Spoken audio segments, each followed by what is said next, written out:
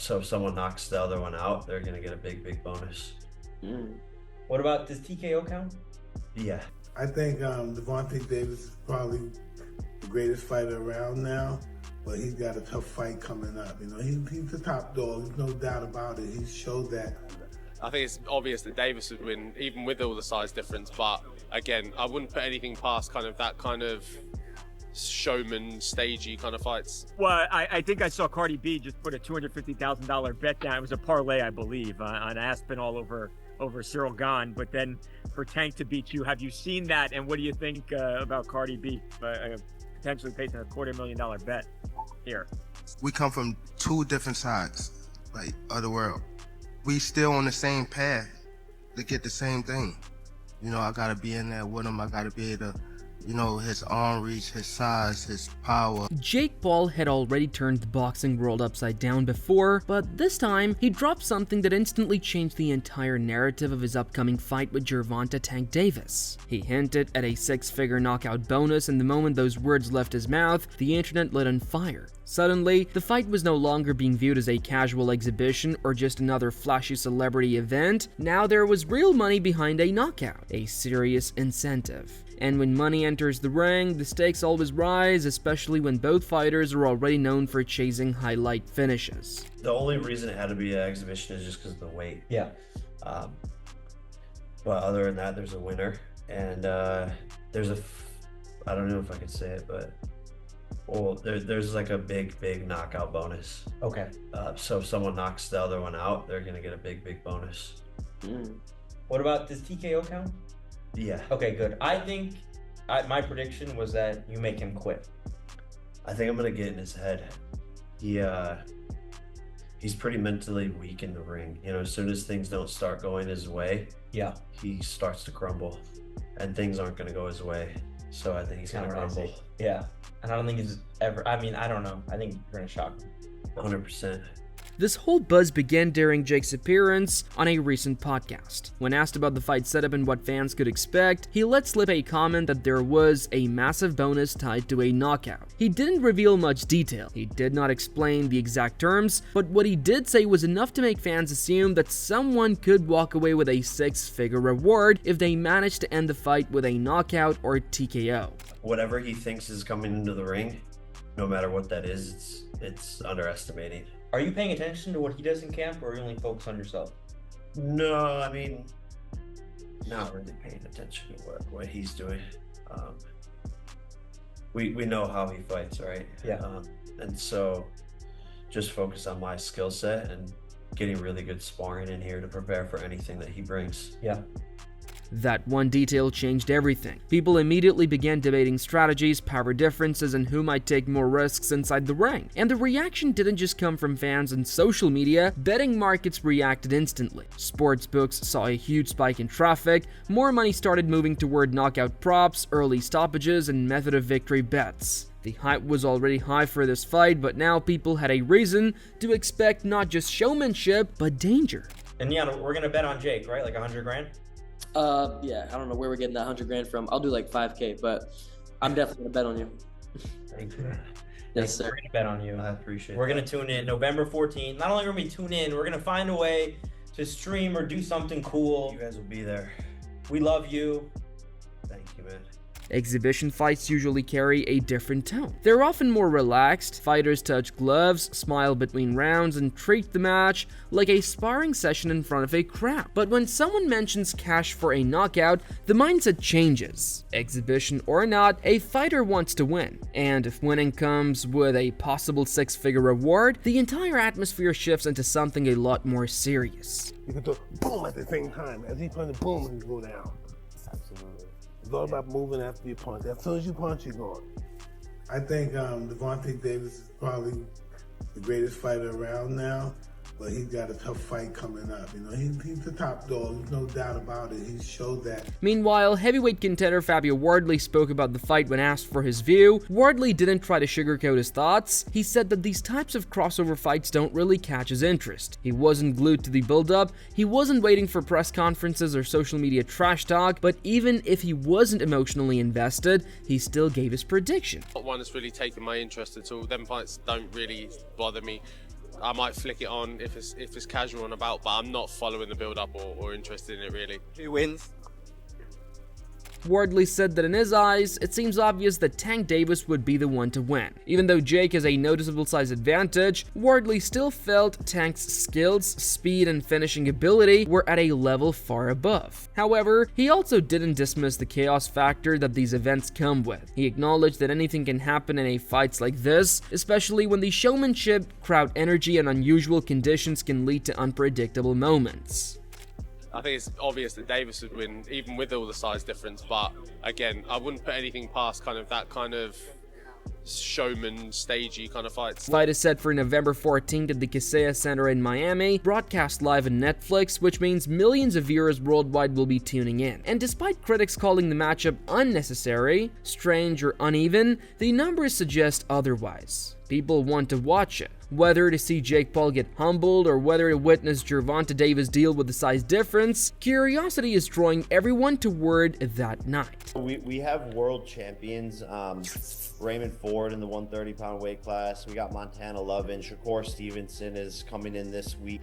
I'm offended. Remember how everybody felt about Boots Ennis preparing Canelo for Bud Crawford, saying that he sold out and he was a coon and all those things, and all that was stupid as hell to say. But at least in that case, they were working with each other. Jake, though, like preparing Jake to whoop Tank's ass is diabolical. Because I'm not sure what Jake can do to help Shakur. Why would Shakur prepare Jake for Gervonta? Shakur may just be building up a potential fight with him and Tank. I think this is a play. While all of this was developing, another major figure entered the story, Cardi B. The rapper decided to place a $250,000 bet on the fight, and it wasn't just a simple pick a winner bet, she placed it in USDT, cryptocurrency, and structured it as a combo bet. If her predictions hit as planned, she could walk away with around $460,000. Her move caught immediate attention. Cardi B isn't someone who just throws money without confidence. She clearly believes in how she sees the fight going, and that even added more speculation, conversation, and entertainment value. The matchup itself is tricky to evaluate. Jake Paul is larger, has tried to build himself as a power puncher, and has experience fighting bigger men. Tank Davis, meanwhile, is considered one of the most dangerous finishers pound for pound in modern boxing. Even though he gives up size, his timing, accuracy, and explosive shots have ended fights against experienced, high-level opponents. To be able to walk Tank into a knockout like I've done with other opponents and set them up for it. And so I am fully confident in my ability, and I think it would be one of the craziest upsets in a long time. Yeah, one of the craziest upsets ever, probably, in many people's eyes. Well, I think I saw Cardi B just put a $250,000 bet down. It was a parlay, I believe, on Aspen all over Cyril Gahn. But then for Tank to beat you, have you seen that? And what do you think about Cardi B potentially placing a $250,000 bet here? I didn't know. I saw it on one of the MMA sites, so I'm assuming it's true. Yeah, I think it's great. The real question that keeps popping up is simple. Can Tank land clean on someone bigger? And if he does, will Jake Paul fall the way so many others have? On the flip side, if Jake lands clean on Tank, can the size difference be enough to change the outcome? You know, I think it's funny. I'm the underdog for this fight, and you know that excites me even more again to go and prove everybody wrong, including Cardi B, but I'll probably be offsetting her bank account. Ryan Garcia also entered the discussion. He pointed out something many fans hadn't considered: the gloves. Garcia raised the idea that if Tank has to wear heavier gloves while Jake uses lighter ones, the conditions become unfair. To him, if Tank is allowed to use lighter gloves and Jake heavier ones, it becomes more balanced. Garcia felt that this adjustment would make the fight fairer given the weight difference. He said, "Great question from Coach Calvin." He asked why Tank can get 8 ounces and Jake gets 12 ounces. It only makes sense, since the weight difference is absurd, and it was the point I was making. Now that would make it interesting, and I can see that being respectful. Then another storyline surfaced. Jake Paul and streaming personality Adin Ross. A video clip showed Jake saying he planned to bet $2 million in the fight outcome and that Adin Ross would join him by contributing $250K of that amount. Jake explained that he wanted to make sure the bet was locked into the official fight contract to avoid anyone backing out later. I want to side bet you. I got Jake winning.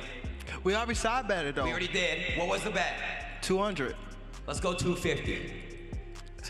Let's go 500.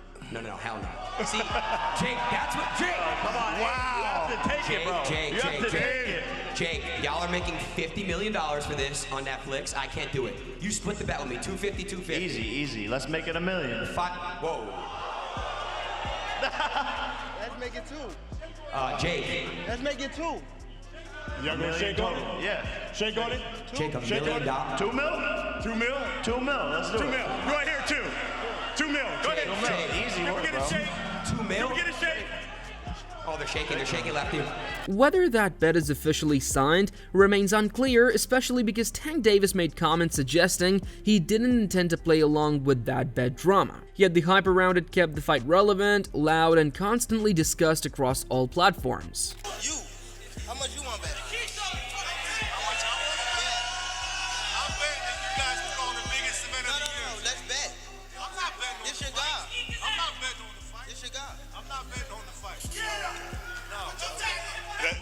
By the way, for people who are talking, that's Tank talking to. On Gervonta Davis' side, he focused on his mindset. David said he feels that his mind is in a much better place going into this match than in some of his past fights. He wasn't underselling Jake, he acknowledged that size, power, and rage could be factors. But he also emphasized belief in his ability to adapt. To him, every fight is an opportunity to show something new. And regardless of the weight difference, he expects fireworks because every time he steps into the ring, he plans to put on a great show. We come from 2 different sides of the world. We still on the same path to get the same thing. You know, I gotta be in there with him. I gotta be able to, you know, his arm reach, his size, his power, the way he moving and things like that. I just gotta adapt as I fight him. I think it's gonna be a great event. Every time I fight is fireworks. Boxing wins come November the 14th. We just giving boxing what it needs, and that's excitement. Jake Paul, for his part, admitted something surprising. He said this is the most scared he has ever felt before a fight. He knows Tank is one of the top fighters in the world, with knockout power and years of high-level experience. But Jake also suggested that fear is something he channels as motivation. In his mind, this is his biggest challenge, and that pushes him to work harder. He said, "I think there's a lot of things out there about the size, but I think people forget that Tank is a top 10 pound-for-pound fighter. He's got power in both hands, and skill-wise and technique-wise, has been doing this for so long. Actually, internally I'm the most scared going into a fight that I've actually ever been." Outside voices in the fight world have also shared their perspective. UFC president Dana White made it clear he's not a fan of the matchup. White criticized these kinds of fights in the past, especially when size differences are involved. He argued that Jake is simply too big and would be able to use clinching and weight control to wear Tank down, but even while giving strategic logic, White made it clear he doesn't like the fight and doesn't support the idea behind it. Is the burnt bridge with my brother unfixable? I don't hate your brother. You guys need to fight guys your same size. When you fought Floyd, you are massive. He did hit you with a bomb and you ate it. He's gonna fight Gervonta Davis. Who do you got? Gervonta, I think, hits way harder than Floyd, but he's too small. Your brother's gonna be able to get inside on him, put his weight on him, tie him up. I hear your critique on fighting guys the same size as you. Is that why you guys wouldn't let me fight Connor? Yeah, you're huge. Connor weighs 145 pounds, 155 pounds. Yeah, but he says he can beat me. Roy Jones Jr. offered a different angle. He acknowledged Tank's knockout ability even against a much bigger opponent, and emphasized that the size difference works the other way as well. Jake's size could allow him to hurt Tank if he connects, so in Jones' view, both men carry legitimate danger into the ring. Tank can do the same thing the mentor did. That's what the mentor's to teach you how to do this thing the smart way and not get you hurt, not have to take no risks, not to take many chances. Everybody had their own mentors, their own pound for pounds, their own people they want to be like. If he want to be like that guy that y'all say is great and was one of the best ever, why can't he do it? If he make 50 to 100 million fighting Jake Paul, they'll be cool with it because they cool with you making money. That's what the fan bases are on now. They happy with you just making money being good. Back in our day, they won't be cool with that. You had to prove you was the best. They thought you fought because you want to be the best of the division or the best of your era.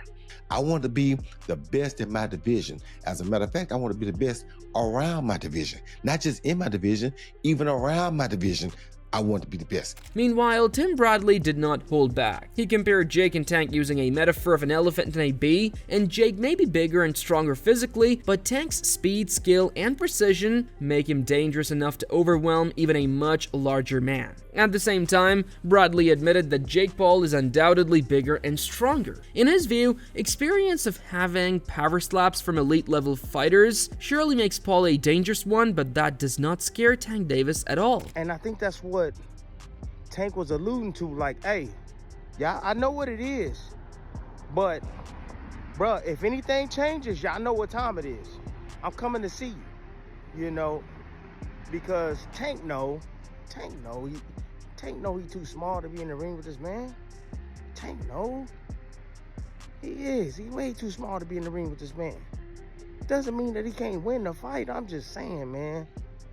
Jake is a strong, big, strong dude. He's strong. He is. You know, he got power. He do. Yeah, he got them big old power slaps. He do. Them joints hurt.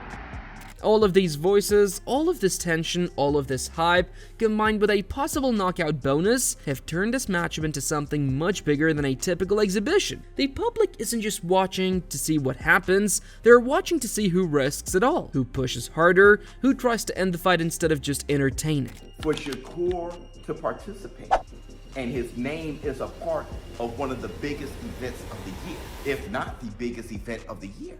That's a chess move. Let me know what y'all think about that. But now, there is money behind the knockout, and money changes everything, but at the end of the day, when that bell rings, all the talk, the bets, the predictions, and the hype fades away. Two men stand across from each other, and only one moment decides everything. With a six-figure knockout bonus on the line, this is no longer about ego or entertainment, it's about who's willing to take that extra step in the pocket, who's willing to bite down, and who's willing to risk it all to end the night early. Because when money meets pride, the punches hit differently. And on November 14th, someone is gonna find out the hard way. If you enjoyed this breakdown, make sure to hit subscribe, drop your thoughts in the comments, and tell us your predictions. Jake Paul or Tank Davis? We'll be covering every angle, every update, and every piece of drama leading into fight night. This is Ring Rivalry, where boxing lives.